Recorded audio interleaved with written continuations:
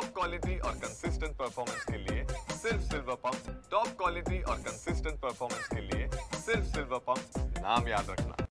शिवसेनेचे आमदार आणि ज्येष्ठ नेते दीपक केसरकर यांनी भराडी देवीचं दर्शन घेतलेलं आहे। आपल्यासोबत स्वतः केसरकर सर आहेत। केसरकर सर या ठिकाणी दर्शन घेतलेलं आहेत, काय नेमकं मागणं मागितलं? खरं तर देवीचं दर्शन एवढं नेत्रदीपक असतं की काही मागण्यापेक्षा तिचे आशीर्वाद घेणं, सर्व जनतेसाठी आशीर्वाद घेणं हे खूप महत्त्वाचं असतं। आणि दरवर्षी लाखोचा जनसमुदाय हे भराडी मातेच्या दर्शनासाठी येत असतात, कारण नवसाला पावणारी देवी अशी याची ख्याती आहे। आणि अंगणे कुटुंबीय आहेत, यांची ही कुलदेवता आहे, त्याच्यामुळे संपूर्ण अंगणे कुटुंबीय स्वतः भक्तांची सेवा करण्यासाठी कार्यरत असतात। आपलं त्यांचं जे मुंबईचं मंडळ आहे, अंगणेवाडी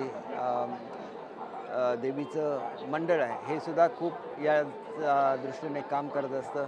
आणि संपूर्ण जिल्हा प्रशासन, मग आमचे पालकमंत्री, त्या ठिकाणी जिल्हाधिकारी, पोलीस अधीक्षक सर्वच जण या यात्रेची तयारी करत असतात।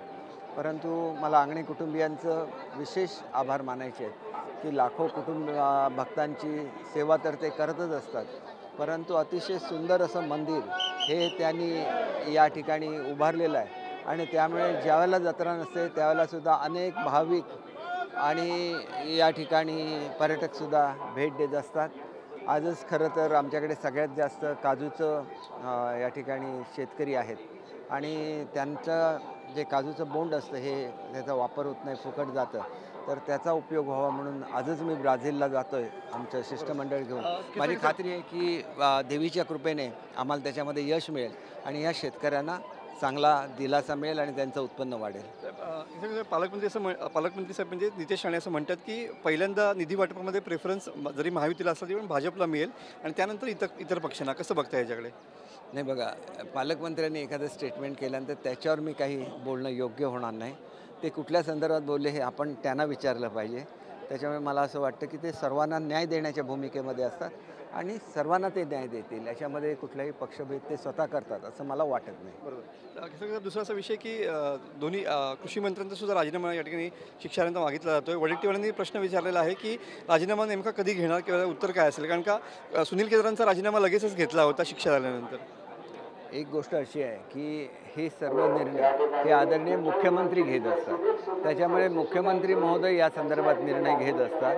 आणि एखादी शिक्षा झाली तर त्याच्यावर अपिलाची तरतूद असते आणि त्याच्यामुळे अपील केलेलं असेल आणि त्याच्यामध्ये शिक्षेला स्टे मिळाला तर आपोआप प्रत्यक्षात ज्यावेळेला त्याचा फायनल निर्णय होतो त्यावेळेला हे घेतलं जातं असं मला वाटतं।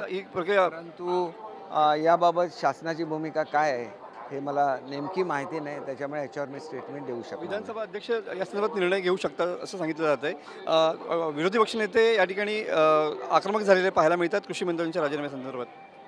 नाही, मी आपल्याला सांगितलं की शेवटी विरोधी पक्ष हा विरोधी पक्ष असतो, ते मागणी करणारच, परंतु या संदर्भातले सगळे निर्णय तपासून बघायला लागतील आणि नंतर आदरणीय मुख्यमंत्री महोदय हे त्याच्यामधला फायनल निर्णय घेत असतील, ते योग्य तो निर्णय घेतील याची मला खात्री आहे। मनसे अध्यक्ष राज ठाकरे यांच्या भेटीला उदय सामंत गेलेले आहेत, काय शिवसेनेची वेगळी स्ट्रॅटर्जी? नाही बघा, राज ठाकरे साहेब हे महाराष्ट्रासाठी आणि विशेषतः मराठी माणसांसाठी काम अतिशय निष्ठेने करत असतात। बाळासाहेबांचे विचार त्यांनी जपलेले आहेत आणि त्याच्यामुळे आम्हाला सर्वांनाच त्यांच्याबद्दल आदर आहे।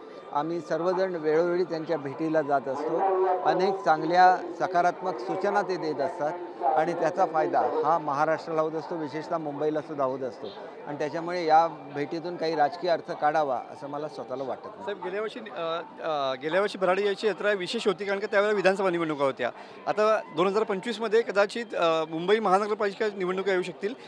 शिवसेनेचं मिशन महानगरपालिका असणार मुंबई महानगरपालिका? निश्चितपणे मुंबई हा तर बाळासाहेबांचा आत्मा होता।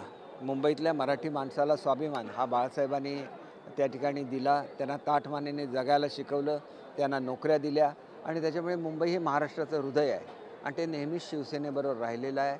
शिवसेना भाजप युतीबरोबर राहिलेलं आहे आणि याच्या पुढे सुद्धा ते शिवसेना भाजप युतीबरोबर राहील याची मला खात्री आहे। नक्कीच। हे होते शिवसेनेचे ज्येष्ठ नेते दीपकजी केसरकर। कॅमेरामॅन समित गजनेसह मी मनोज लेले, TV9 मराठी, अंगणेवाडी, सिंधुदुर्ग।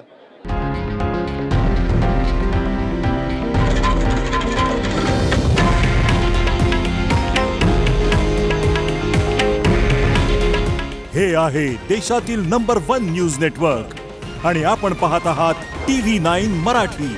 काळजी तुमची, हित महाराष्ट्राचं.